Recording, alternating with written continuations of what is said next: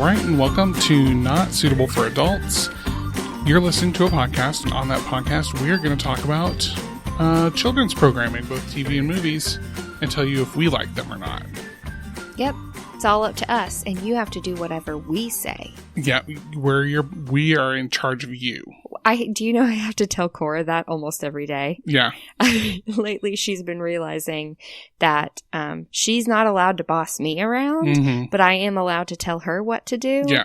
And so she'll come up to me and she'll say, like, "Mommy, I am the boss." And I'll be like, "Oh, no, not even a little bit, girl. You, I am the boss." And she's like, "Well, like, you telling me what to do?" I'm like, "I know, because I'm the boss I'm in of you. charge of you." And she's like, "I am the boss." It's like, nope. And then sometimes Rich walks in and he goes, "Yes, Mommy is the boss of all of us." Oh man. What were we playing? She was playing something the other day, and she was saying that one of us was the queen, one of us was the king, and one of us was the dragon. Yeah, so we were getting ready to play. I don't remember what we were playing, but she said, "Daddy, let's play. I'm the queen and you're the king." And I said, "Well, who's Mommy?" And she looked at Natalie and said, "Mommy's the dragon." It made me feel really good.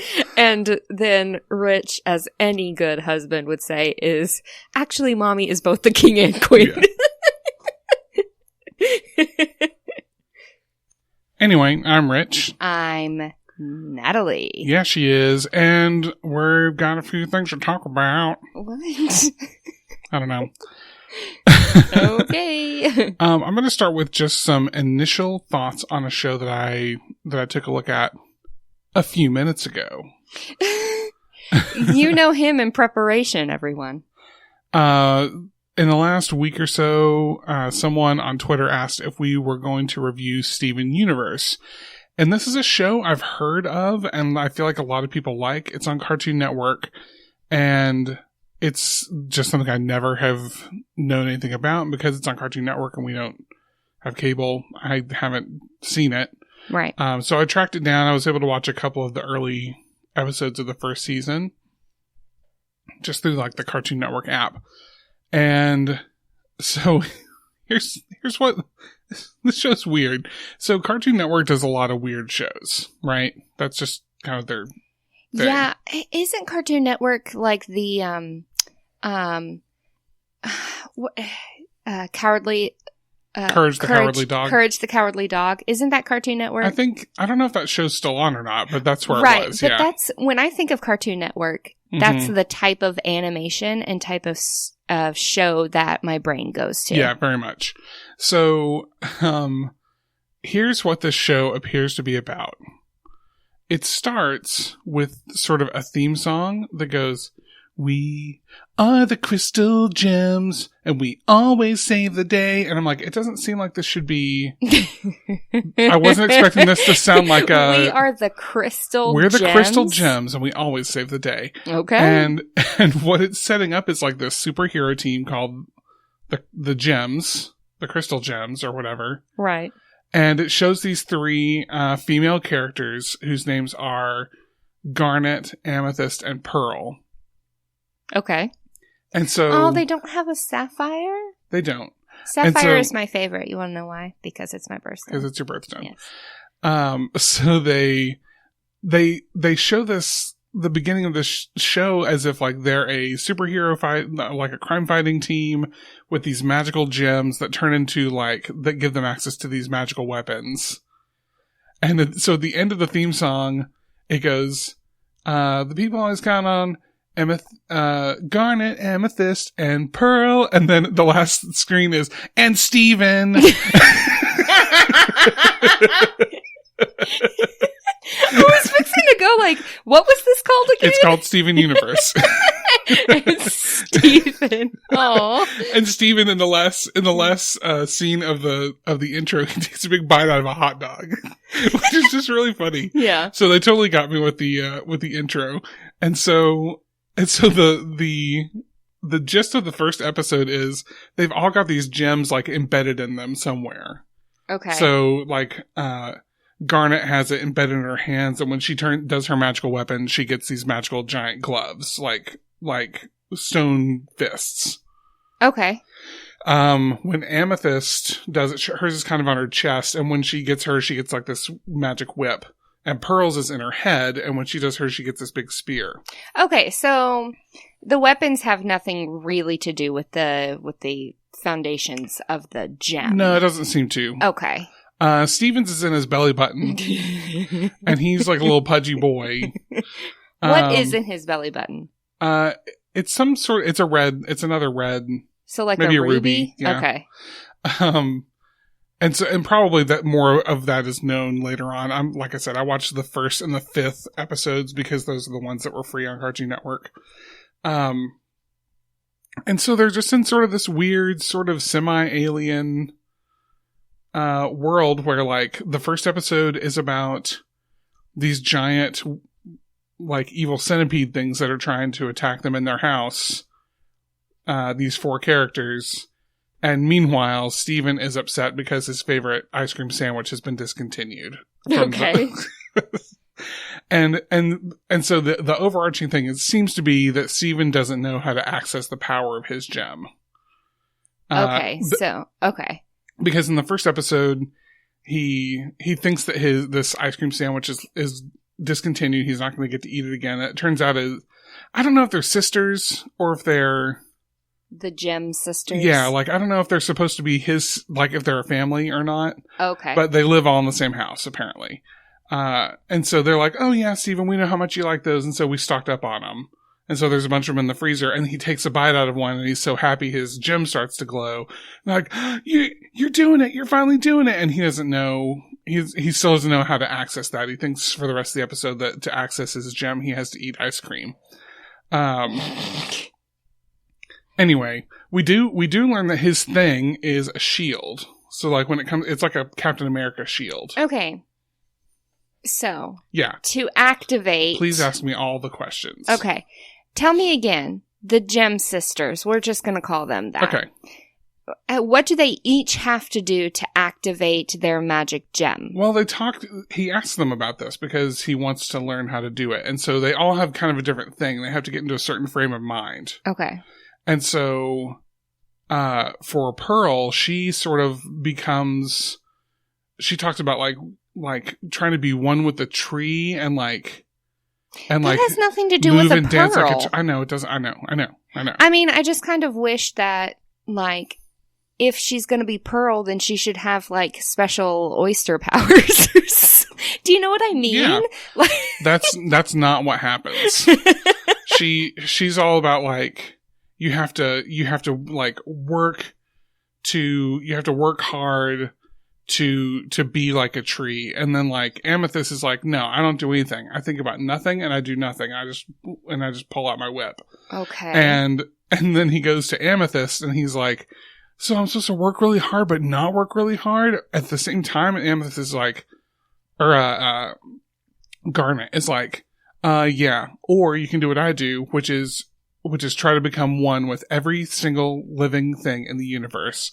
And it shows this thing like swirling through and she's like, that's what works for me. And he kind of like does like, cause he can't do any of these things. Because he can't do those. So for him to activate his, he simply needs to eat ice cream. So I thought you said eat ice cream was what he thought it was. Well, he doesn't figure it out. It seems like what it is that made him so happy. Happiness. Happiness of food, comfort foods. Right. It was something about being comfortable or being happy, but they don't discover that in the first episode. In the 5th episode, something totally random and different happens. So it doesn't seem to be, it's not like every episode is about him trying to figure this out. It's a wacky show. It's rated TV PG, which I'm actually going to talk about the TV ratings here in just a few minutes because it turns out that the ratings can get kind of confusing because they get mixed in with the movie ratings too, and there's not exactly a perfect crossover. Mm-hmm. But it seems funny. It seems like those shows that we talk about where there's really nothing to it, so it's not an educational show in any way. It's just an entertaining show. But also I've seen one 2 episodes, but the second episode didn't seem to have anything to do with the first one. So okay. Maybe I'll watch some more. Do you think you'll watch some more? Or I'll did it catch your interest? I think I might have to pay to watch more Steven Universe, and I'm not into that. So if I can find some more free episodes... I really, really have to want to watch something to pay to watch it. Yeah, beyond what we're already paying. Like, we already pay for streaming services, but if it's somehow not on one of those already, it's hard to be like, now I gotta go, like, buy a season of a show on Amazon. Right. Yeah. So we'll see. If I can track down some more free Steven Universe, I'll watch some more because it definitely seems funny and such. Cool. So let's talk about these TV ratings. This is going to take the place of our question of the day. This is sort of like when Natalie gives us like interesting information or tidbits or you things were like asked. that. You were asked for this information, right? I don't think so. I thought you said that somebody asked you on Twitter. No, someone asked me on Twitter to watch Steven Universe. Oh, gotcha. Okay. Yeah. But it occurred to me because when that show came on, it immediately said TV PG at the top, which I was like, I don't feel like I see a lot of TV PG. And it might just be because this is maybe for slightly older kids. Yeah. I see a lot of TV 14, and that actually, that coincides with, so what initially got me thinking about the ratings, and then Steven Universe is what made me decide I wanted to do this. What initially got me thinking about the ratings is the show that I'm watching. It's totally not within the realm of this show. It's a little too old. On Netflix, it's called The 7 Deadly Sins. Mm-hmm. And it's an anime. It's not about what it sounds like at all. Oh, because it sounds creepy. It's not. I mean, there's some creepy stuff in it, but it's not. It's just not. It's hard to explain. But the point is, it's an anime. It's rated TV 14. And it feels like there's not like nudity or anything in this show, but it feels like TV 14 isn't what I would feel like it is. I would feel like it would be a little bit older than that. And it made me wonder if maybe I didn't understand the TV ratings as well as I thought I did. And so I've got them pulled up in front of me here. And basically what we're going to do right now, just so that we as an audience and we, Natalie and I as hosts, can all be on the same page, I'm going to give you a rundown of what all the TV parental guidelines mean. Okay, this should make some very entertaining listening. You got to do it entertainingly. Okay. TVY. So far, I'm loving it. So far, I'm on the edge of my seat. So TVY says this program is designated to be appropriate for all children. Wikipedia says anything with TVY is designed to be appropriate for children of all ages. Any thematic elements in the program are specifically designed for a very young audience. So this is your Teletubbies and shows like that. It's what I would think of in movie terms as rated G. Mm-hmm. It's not just that it's safe for anyone, it's that it's for kids. Right. TVY 7, this program is designed for children age 7 and above. This is where we spend a lot of our time in our reviews. Mm-hmm. The FCC states that it may be more appropriate for children who have acquired the developmental skills needed to distinguish between make-believe and reality. Which I thought is an interesting, that makes sense, but it's not what I would have thought of. But like, this may seem more real than other shows, but kids are going to need to understand the difference. Right. I mean, Cora is 4, and we have to explain quite often the difference between pretend, what we call that's just pretend, and what is real. So I'm guessing by the time they turn 7, they're grasping that a little bit more, and that content is also becoming a little more challenging to differentiate between, right? Is that the idea? I think so. They also created a special content descriptor. So there's a handful of types of content that you'll see. So usually you'll see like TVY7 or TV 14 or TVMA, and it'll have like a few extra letters underneath it. And there's a description of what all those are. Initially, this one didn't exist, but they created it for TVY7. And it's an FV descriptor, which is fantasy violence. And so there might be, I think this is the only category that can get the fantasy violence descriptor.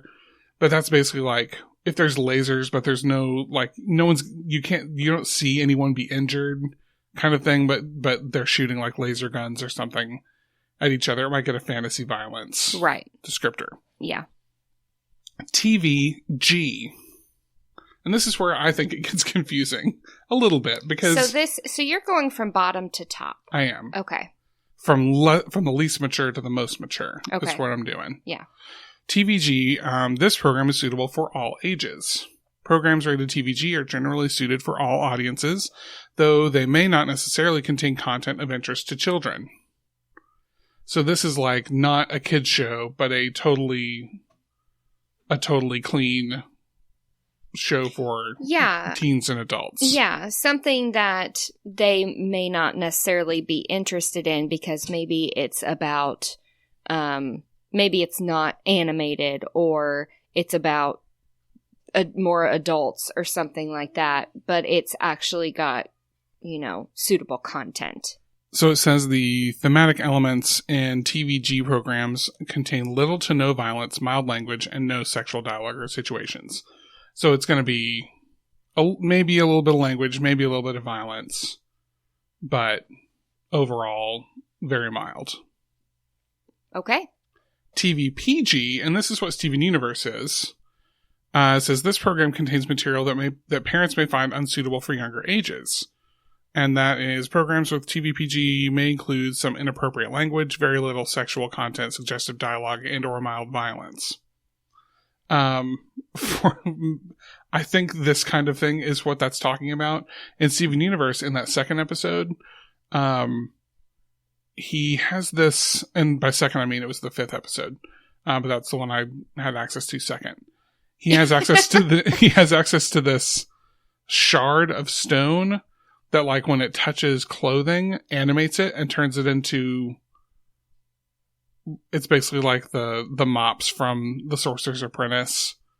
They kind of just start doing things on their own, and to some degree he can control them. He can tell them what to do, but after they've been running on their own for a while, like he puts it inside this restaurant mascot suit. And then that thing turns into like an evil monster that they have to defeat. Okay. But the way he defeats it is by putting other shards in all the rest of his clothes and turning it into this clothing army. But to do that, he's then like naked. So like we see his little dumb round butt from behind. Right. Okay. While his clothes are fighting for him. Yeah. And so I think that's the kind of thing that gets you a TVPG rating. Gotcha. TV14. This program contains some material that many parents would find unsuitable for children under 14. And so programs with this rating contain crude humor, drug or alcohol use, inappropriate language, strong violence, may include some amounts of blood or gore, sex, and moderate suggestive themes or dialogues. And this is what, going back to my other show, there's some violence in that show, and I guess because it's anime, like, the way some characters are drawn, it can be kind of suggestive. But it's weird to me that TV14 would be the one where it's like, yeah, there's going to be some inappropriate language, strong violence, possibly some sexual situations. I'm like, TV14? Because to me that feels like what I used to think R meant, like rated R for movies. Right. Because I think that those standards are changing as kids change. So it's just that kids today can handle stronger themes? I don't know if they can handle stronger themes. I think that it's just more prevalent, and so they are just exposed to stronger themes more often. Gotcha. I don't know about the handling thing. I think that's each person's choice for their own kids. And part of why they came up with a rating system. Yeah. But I think that it is becoming more entertaining to have more of those stronger themes. And so younger and younger kids are becoming more and more exposed earlier in their lives to those sorts of things. So they might just be dropping the ratings. Yeah. I don't know. Does that make sense? Yeah, I guess so. We're coming up on the end of this here. I just want to... I mean, but I'm very entertained. Well, it's not really meant to be. This is not the funny part of the show. I'm being informative. This podcast is not meant to entertain you. That's not what I'm saying either. I'm just saying sometimes we take a moment and we have a serious talk about real things. Mm-hmm. And I feel like we needed to learn about the ratings because I didn't know enough about the rating system. Okay. And maybe there's parents out there who are like, thank you, Rich, finally. Oh, for sure. TVMA.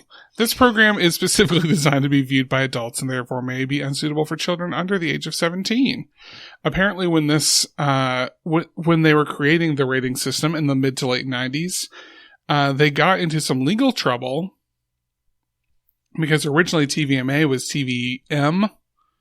And that, they got sued by the Entertainment Software Ratings Boards, which is the organization that rates video games, because they have for a long time had a rating system, and they had M for mature, which was kind of like it was almost like an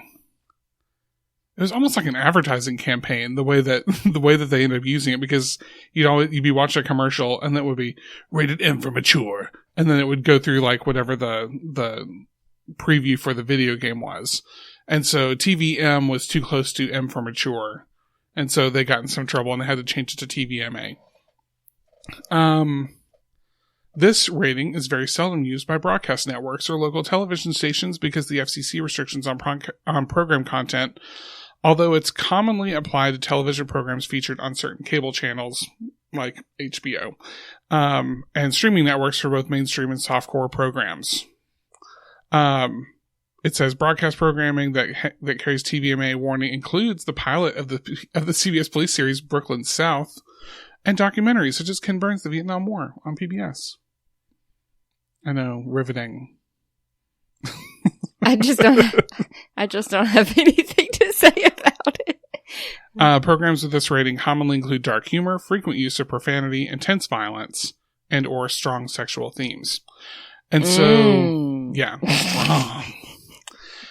So, and then just this again, this will be super quick. The letters that you might see underneath, if you see a D, that's for dialogue. So that's sexual or suggestive dialogue. Which apparently is rarely used with the MA rating because it's just implied. It's just going to be there. Yeah. L is language, coarse or crude language. S is sexual content. V is violence. And then underneath that FV, that fantasy violence rating, only applies to the Y7 category. Okay. This has been...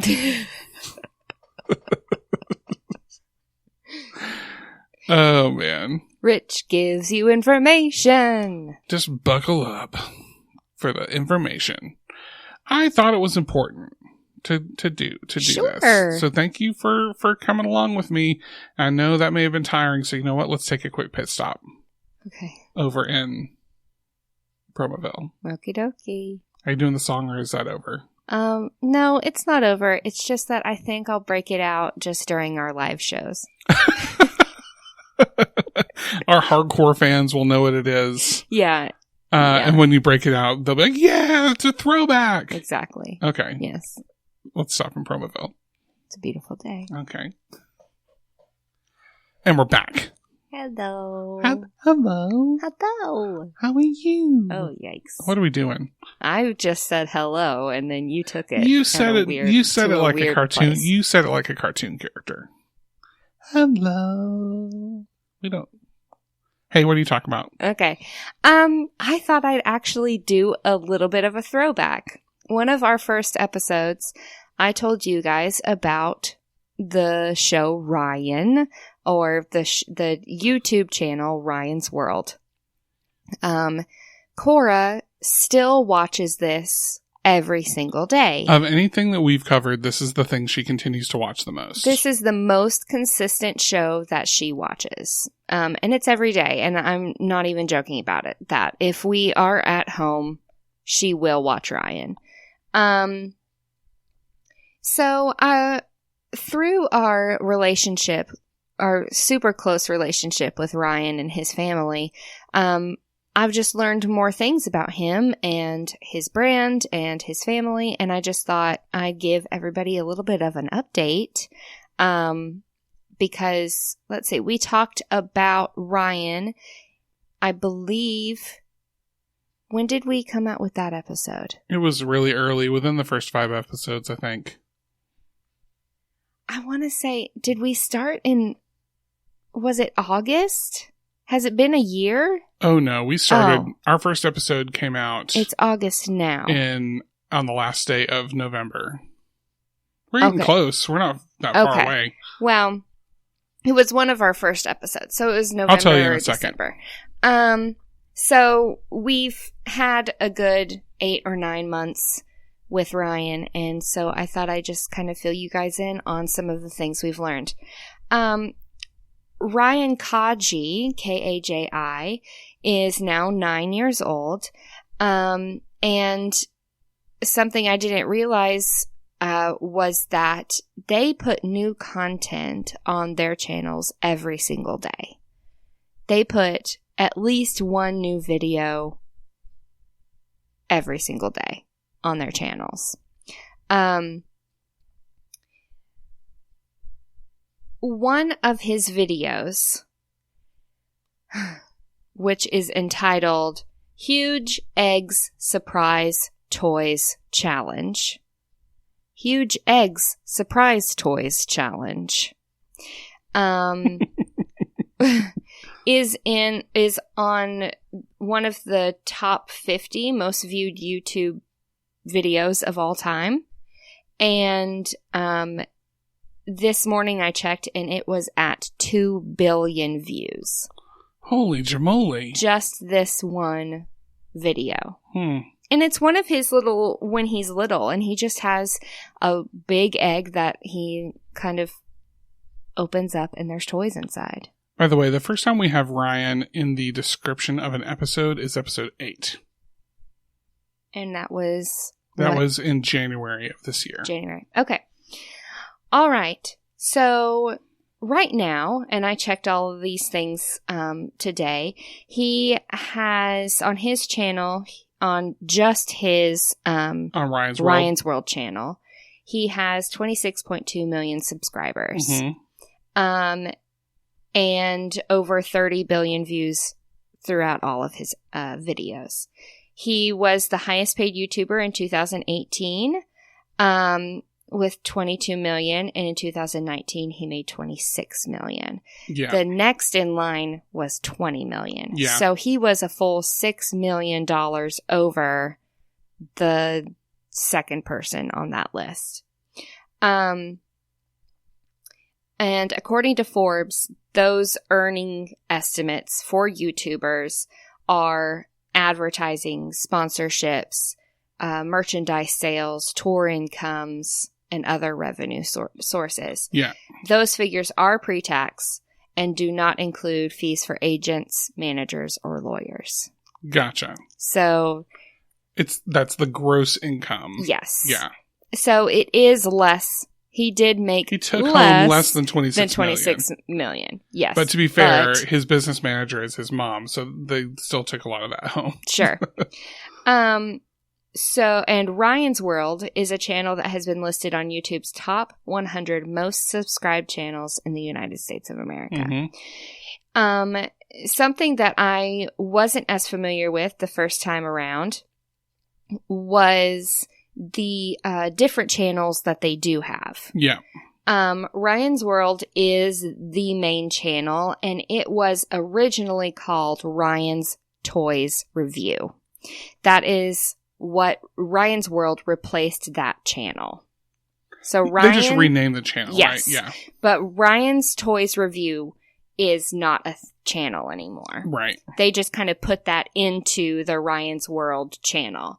They have a Ryan's World in Spanish and in Japanese. Oh. Or Chinese. Sorry, I'm not sure exactly which one. They have a channel just for Combo Panda, which is one of the characters that they have made up. They have a channel just for Gus the Gummy Gator, which is another character. And on those channels, both of those are mainly like video game streaming, right? Like, aren't they mainly those two characters, quote unquote, those characters like playing Roblox? Yes. They are being voiced and animated, but they are playing a streaming. What am I saying? They are streaming a video game. Right. But that cartoon character is playing it in the video. Right. Does that make sense? Yes. There is also a channel that they call the VTubers, and that is all about those secondary characters. So those are all about Gus, Alphalexa, Gil, Combo Panda.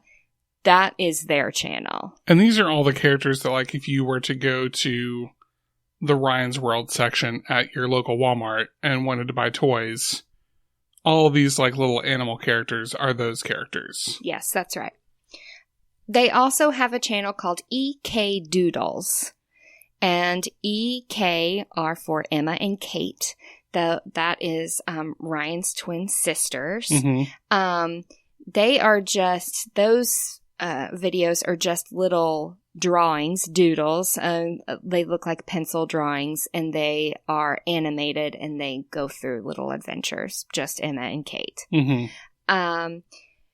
They also have a channel called The Studio Space, which is mostly about, quote, mommy and daddy, because that's what they refer to themselves as, and making of things, bloopers, outtakes, stuff that happens in their studio. And then lastly, they have the Kaji Family channel. And that's going to be a little bit more of your more recent, what am I saying? More recent episodes. A lot of the videos they put out recently have been Kaji Family because it's them all together. Yes. Like all playing a game of hide and seek or coloring. It's a lot more of Emma and Kate. Yeah. Emma and Kate do a lot more in those, and Ryan is also there, but it seems like a lot of the focus kind of goes on Emma and Kate in some of those because Ryan goes to school. Yeah. So I think the mom is starting to think, oh, I have 2 other kids I can film and put on YouTube. So those are all the channels that they have videos for. What's the other thing? Oh, the other thing I wanted to mention was some of the names of the episodes are odd sounding. Okay. And I think it's just because the English is their second language. Yeah. The dad is Japanese, and the mom is just Vietnamese. Yeah. So English is their second language. They both went to school in America, and that's where they met and everything like that. But they kind of still have a little bit, you can hear it every now and again, that sometimes they struggle with their grammatical things. So a lot of things are things like Ryan and mommy pretend play with giant colored block toys Jenga. And that's all one thing. Right. And everything has like 3 or 4 exclamation points at the end of it. Don't wake daddy in real life challenge with Ryan, Emma, and Kate, exclamation point. So it's all, they're getting a lot of characters in there. Yes. Ryan's bug catching with animals, pretend play, and learn animals facts. All again with 3 exclamation points at the end.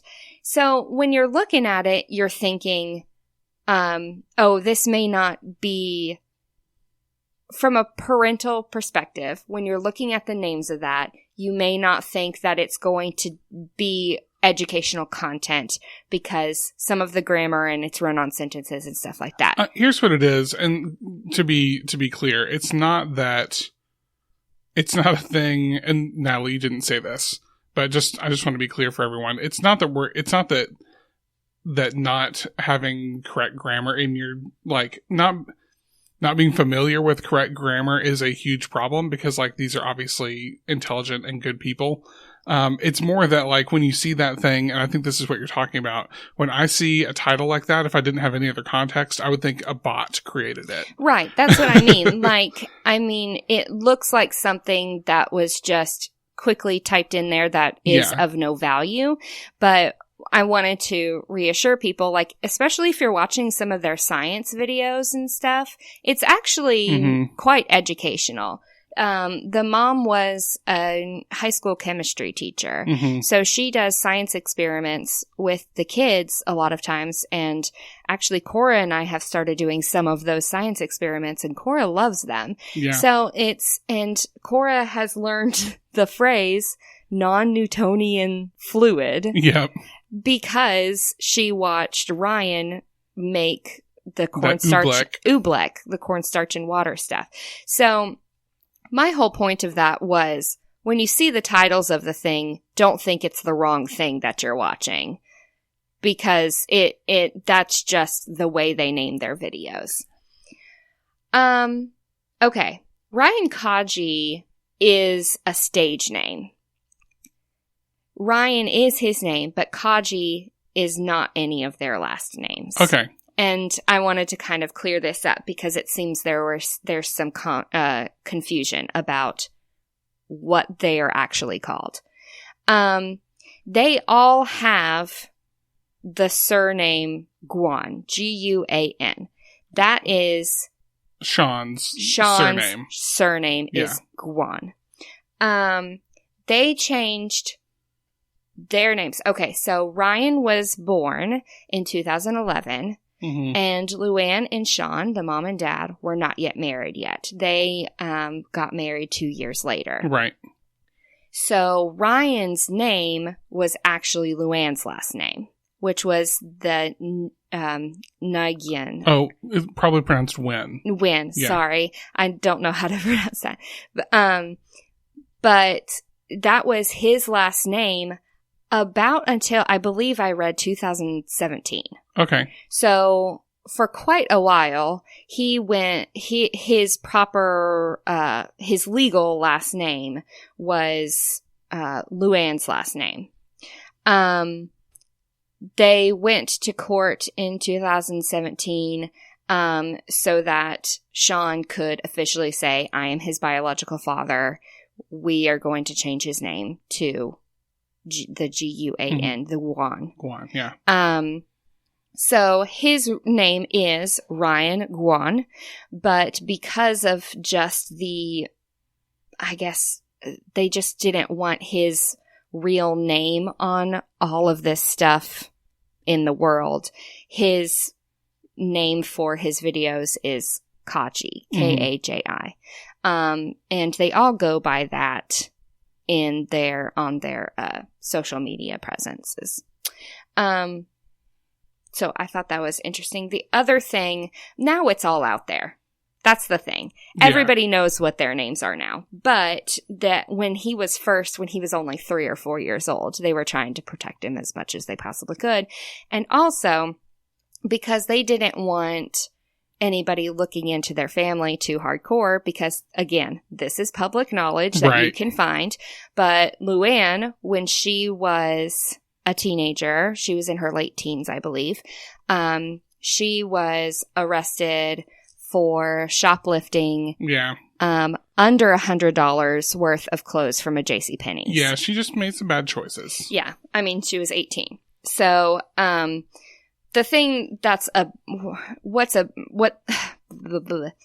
the thing about it is that she was sentenced to 40 hours of community service and didn't show up.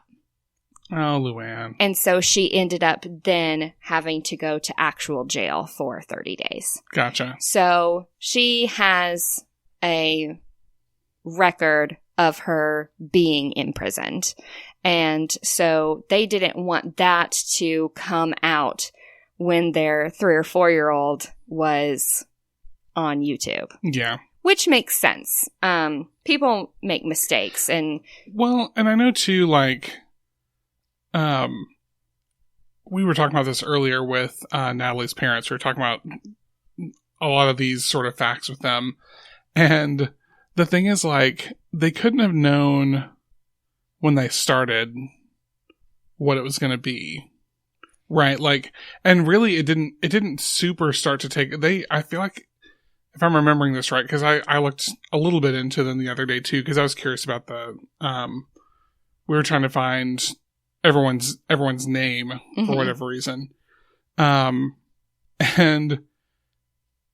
it didn't start really getting I'm doing it now too. The channel, their original channel didn't really start getting super popular until like 2016. But they had been doing it for a year or two already, or no, maybe a year. They started in maybe early 2015, I think is what I read. So they did it for like a year, and then all of a sudden it started to explode. And that was around the time that the twins were born. Right. And so all of a sudden, like, everyone's sort of thrust into they became TV and movie stars, basically, kind of like out of nowhere. Yeah. And so, yeah, it totally makes sense that, like, they started kind of just as a normal family, like, this will be cute. We'll film our kid opening toys. Right. Well, it was intended to become a money-making thing. Oh, for sure. Yeah. But I just mean... She saw that other kids were making money doing this on YouTube. So she quit her job. And she was, like I said, a high school teacher. She quit her job and was like, I'm just going to film Ryan doing stuff and put it on YouTube. And let's start trying to make this a thing. And they must have extremely good just advertising skills or something, because if I was to film Cora doing stuff, I wouldn't know what to do. I'd put it on YouTube and go like, okay, cross my fingers. Like, yeah. Well, and I mean, because I feel like, if I'm remembering right, and we haven't watched a lot of the early ones lately, but I mean, that was what he did at first, was just the unboxing videos, which is still a popular genre of YouTube video. Right. Just across the board. But what I mean is, certainly they looked at it as a job or as a method of income. I'm just saying, I don't know. Maybe they did. Maybe I'm wrong. Maybe they knew from the beginning they were going to shoot for the stars. But it's hard for me to think about, like, we're going to start a YouTube channel and within 3 years be the highest paid personality on YouTube, making millions of dollars with licensing deals with major corporations. Like, that's just nuts. Yeah, it is, for sure. Like you said, he has a lot of merch items out there too, especially in Walmart. Just this past July, or actually, sorry, in July of 2019, he started doing oral hygiene stuff too. So he's got toothpaste and toothbrush and stuff like that out there as well. Also, just a quick thing. At the end of August in 2019, a complaint was filed by Truth in Advertising and the Federal Trade Commission due to its sponsored videos not being properly disclosed. So, Truth in Advertising claimed that nearly 90% of the Ryan Toys review, so this is when he was smaller and actually playing with other people's toys. Yeah. Have included at least one paid product recommendation aimed at preschoolers, a group of too young to distinguish between a commercial and a review. Oh, so like in one of the ones where they were like trying a game or something, that was a sponsored, right? So a sponsored content. So they're show. Saying that was just slightly fraudulent. Well, that's become a big thing lately, like Yes. across the board, is you absolutely have to tell people if you're Being paid. doing a sponsored episode. Right. So, But, and which, by the way, hey, if anyone wants to sponsor an episode, oh, hey, we will talk about you all day. I'll do. Yes. So that's something that I think is still kind of they're working through. Again, that's from Ryan Toys review. So that's when he was littler and actually playing with things other than his own line of toys. Right. Yes. So they have Sunlight Entertainment is their company. And they run it and they manage all of those channels. They employ people. They have a studio space, where they live. They live in Texas, and I believe they have about 3 houses. Yeah. Maybe, potentially 3 houses and like a summer house or something. I don't know. I think there's, you watch them, their videos take place in several different locations. Yeah. Where they live. Yeah. So I know they at least have lived or do live in 3 different pretty large houses. But you can get a lot for your money in Texas. Sure. And we're not trying to track them down or anything either. No, I'm just saying that's what they are. They're putting a lot of their money in real estate. Sure. Okay, so that's Ryan. That's what I know about. That's everything we know about Ryan now. I'll say this. I feel like maybe you feel differently. I don't, maybe it's a little bit of, what's it called? Is it Stockholm Syndrome where you... Oh, are you fixing to say you don't hate him anymore? Yeah. Because I don't hate him anymore either. I mean, I'll sit down and I'll actually kind of watch it for like a minute, especially the newer videos. Yeah. When he's younger, it's a lot harder to watch because it is a lot more, the video quality isn't as good. The ideas aren't as founded. They come up with some good ideas. They don't do the science experiments and stuff until he's older. And I think those are more educational. They do a lot more educational content in the more recent episodes. Yeah. So I would say getting into like real kind of what we do and maybe making a recommendation, like watch some of the late Ryan's World stuff and a lot of the Kaji family stuff. Yeah, actually, when Cora says she wants to watch Ryan, I'm turning on the Kaji family channel now instead of like the older Ryan's World partly ones. because, and it's not just because I was about to say like because then you got the twins, but honestly, yes, because there's just more variety of what can happen now. Right. Where for a long time it was, all right, we're gonna play tag again with Ryan, and it's Ryan's dad chasing him or Ryan's mom chasing him. Or here's hungry hippos. Right. So there's just more variety of stuff that they can do now that there's more of them who can all play together. Right. So yeah. Kaji family. Kaji family. There it is. Well, this has been another episode of Not Suitable for Adults. This has been it. You have been in it with us. You were here. We were here. Please, if you're not already, go ahead and subscribe to the show. Man, we love it when people subscribe to the show because that means you get to listen to us every week. Holy smokes, do we love it. Oh my gosh, do we love subscribers. Man. But you know what? We love you if you just happen to stumble upon our show too. We love you too. Not as much. Well. That's true. So go ahead and subscribe if you're not already. Make sure you like and rate and review and do all those things because we want to hear from you. And also doing all those things helps other people find us. But you know what? If you can't do any of those things, but if your pod getter, as I like to call it, doesn't have ratings and reviews, just tell someone about our show because we like them too. If you like them, we probably like them and they probably like us and we gotta be friends. Sure. Find us on social media at Not For Adults Cast, mainly on Twitter. That's where we're most active. You can also email us with your suggestions and thoughts as well at notforadultscast@gmail.com. And we would love to hear from you. Faux show. So you can tell we've switched our thoughts up on some of the things that we've been watching across the ages. Hey, you never know, really. You really truly never know. You never know. This is the year of not knowing anything. You couldn't have possibly known. This is the year everything went down and we started enjoying Ryan.